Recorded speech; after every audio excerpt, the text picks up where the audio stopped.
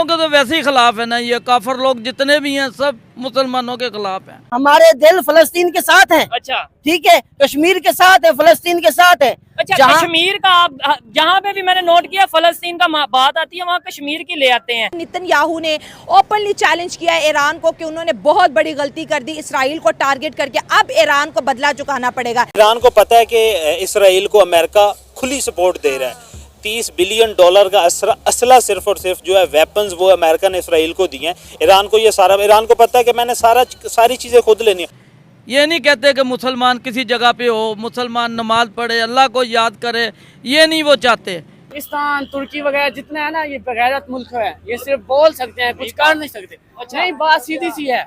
Israel अपना बदला नहीं छोड़ता, इसराइल किसी को माफ नहीं करता। और आज अगर हम बात करें व्हाइट हाउस के अंदर भी मीटिंग कॉल की गई, मतलब इसराइल और अमेरिका मिलकर क्या ईरान से बदला लेंगे? क्या मिडल ईस्ट के अंदर एक नई जंग छिड़ने वाली है? उसे ये भी पता है कि मनहूस उसके हमसाये जो और दूसरे इस्लामी ममालिक जितने भी हैं, उन्होंने उसको टके की सपोर्ट नहीं देनी। दोस्तों, ईरान और इजराइल की वार और ज्यादा देखने को मिलने वाली है।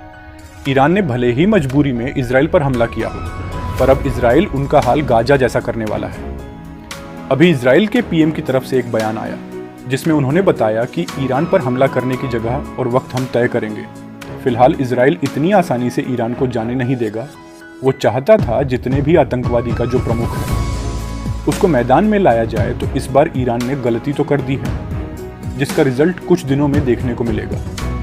इसी को लेकर पाकिस्तान में हल्ला मचा हुआ है। पहले पैलेस्टाइन के लिए रोते थे, पर अब ईरान के लिए भी रोना पड़ेगा।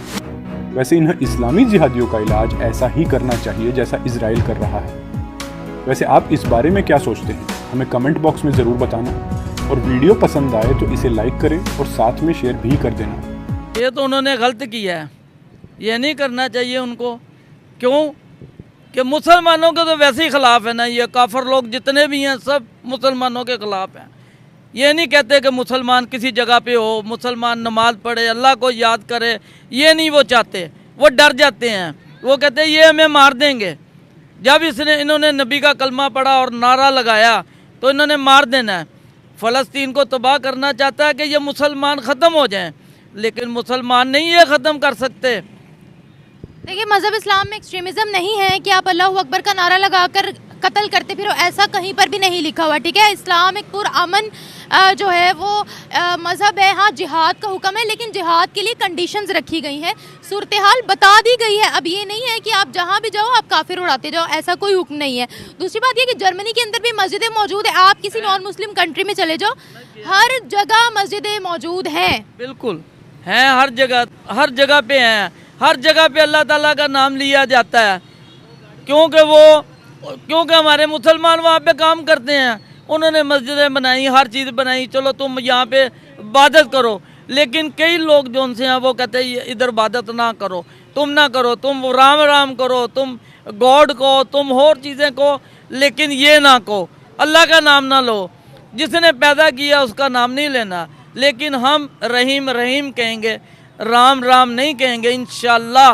ईरान ने इसराइल के ऊपर अटैक किया, 180 रॉकेट फेंक दिए, एक इसराइली नहीं मरा। खबर अभी तक नहीं आई, अगर हो आगे खबर आएगी तो उसके ऊपर बात करेंगे। देखे ना, ये हमारा मीडिया है ना, ये अच्छा। भी सही तरीके खबर नहीं चला रहा। ठीक है। और बड़े अफसोस की बात है, हाँ। ईरान एक अकेला कोशिश कर रहा है। अच्छा। और हिजबुल्लाह और जो की बाकी जो मुजाहिमती तहरीकें हैं, ठीक है, उनका उम्मत मुस्लिमा को साथ देना चाहिए। अच्छा। बाकी भी इस्लामी मुल्क को, सिर्फ मुजम्मत से काम नहीं चलेगा। ठीक है। पाकिस्तान क्या कर रहा है या क्या किया या क्या कर सकता है? पाकिस्तान भी सिर्फ मुजम्मत कर रहा है। अच्छा। कम से कम एक करें कि एक ऐसा बयान दे हाँ। जिससे इसराइल को पता तो चले कि हम मुसलमान हैं। इसराइल पाकिस्तान को गिन नहीं रहा, ना दुश्मन ना दोस्त, मतलब वो पाकिस्तान को पता नहीं, मान ही नहीं रहा, उसे क्या असर पड़ेगा? लेट्स सपोज पाकिस्तान के प्राइम मिनिस्टर कह देते हैं कि लो जी, अगर कल इसराइल ने ये हमला, ये जंग बंद ना की तो हम इसके ऊपर हमला कर देंगे, तो आपको लगता है कि वो डर जाएगा? वो तो अब खबर आ रही है, वो यूनाइटेड नेशंस को नहीं मान रहा, वो कहते हैं हम अब किसी को नहीं मानेंगे, अब हम कब्जा करके मतलब वो जगह लेके रहेंगे। जो देखे है ना, जो इसराइल के साथ खड़ा है अमेरिका, हाँ। हमारा सबसे बड़ा दोस्त अमेरिका है।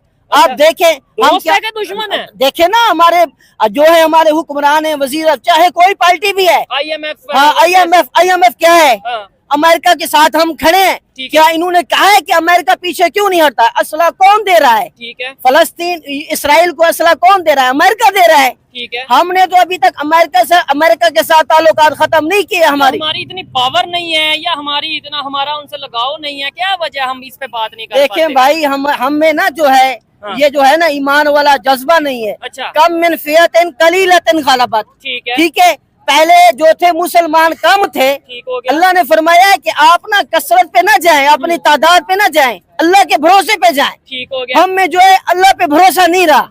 जो इसराइल है हमारे पास, उसके पास पूरी दुनिया उसके साथ ठहरी हुई है, उसको बहुत बड़ी फंडिंग की जा रही है और ये सारा कुछ इसी की वजह से हो रहा है। इसराइल के पास बहुत बड़ी फंडिंग है, यूएन नेशन का पैसा है, दूसरा पैसा है, और ईरान तो खुद लड़ रहा है, उसके साथ किसी किस्म की कोई मुल्क भी उसके साथ नहीं ठहरा हुआ है। रशिया के साथ उनकी थोड़ी बहुत लेन देन है, अदरवाइज कोई भी नहीं है, बस सिर्फ बयान दिए जा रहे हैं। यूएन नेशन के अंदर भी सिर्फ बयान दिए गए, उसके अलावा तो कुछ भी नहीं किया गया। इसराइल तो बहुत ताकतवर इकॉनमी रखता है, उसके पास सुनने में आ रहा है कि यूएन जो है उसको अपना ये मिसाइल्स प्रोवाइड कर रहा है, उसको मैं कह रही हूँ टेक्नोलॉजी का हब ही इसराइल है। ठीक है, टेक्नोलॉजी का हब है आपके पास, दूसरा आपके पास इकॉनमी का हब है। चूँकि असल चीज़ है इकॉनमी, जो मुल्क जितना मजबूत है इकॉनमी के लिहाज से, वो लड़ने में भी उतना मजबूत ही होगा। ठीक हो गया। इसराइल जो है वो बहुत मजबूत है, उसकी इकॉनमी बहुत ऊपर जा रही है, जबकि ये जो ईरान है ये तो आखिरी सांसों में है, ये भी बस कुछ सांसें ले रही हैं। सही हो गया। अगर इस पॉइंट के ऊपर हम ये चाहते हैं कि जो हमारे पास ईरान है वो उठे, तो इसका ये नहीं है कि ईरान खुद ब खुद कलम उसका नहीं मुकाबला कर सकता,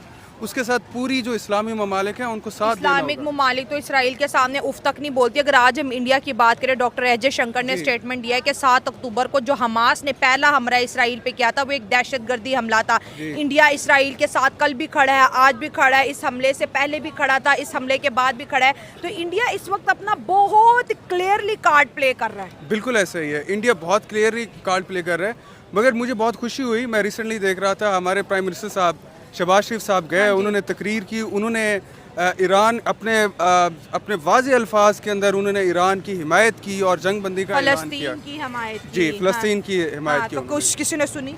मैम, चूँकि हम भी गरीब हैं, इसलिए अगर हम कोई ताकतवर स्टेट होते तो ज़ाहिर बात है हमारी सुनी जाती। कि उनका कोई नुकसान नहीं, उन्हें पता था कि हमला कहाँ पे और किस जगह पे होना है, लिहाजा उन्होंने अपने लोगों को हैं वो टैंकर्स में, बंकर्स के अंदर छुपा लिया, जो उन्होंने कोरोना के दिनों में बनाए थे। ये बंकर्स उन्होंने बनाए हुए हैं।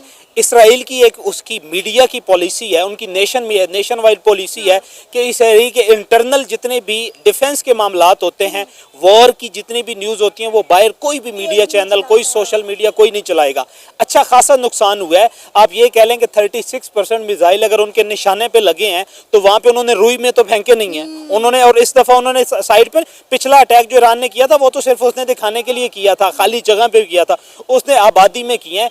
और सैकड़ों की तादाद में इसराइली फौजी जो है वो भी जो है वो जहन्नम वसल हुए हैं, और जो सिविल आबादी है उसको भी नुकसान पहुंचा है। लेकिन पता है जब हिजबुल्लाह के चीफ को शहीद किया गया, नसरुल्लाह साहब को, तो जम्मू कश्मीर के अंदर बड़ा प्रोटेस्ट हुआ, बहुत बड़ी तादाद में कश्मीरी लोग, माएँ बहनें सड़कों पर निकल आई और उन्होंने इंडियन गवर्नमेंट से मुतालबा किया कि वो इसराइल को रोकें, उनको प्रेशराइज करें। इंडिया ने तो मेरा ख्याल है कोई स्टेप नहीं लिया।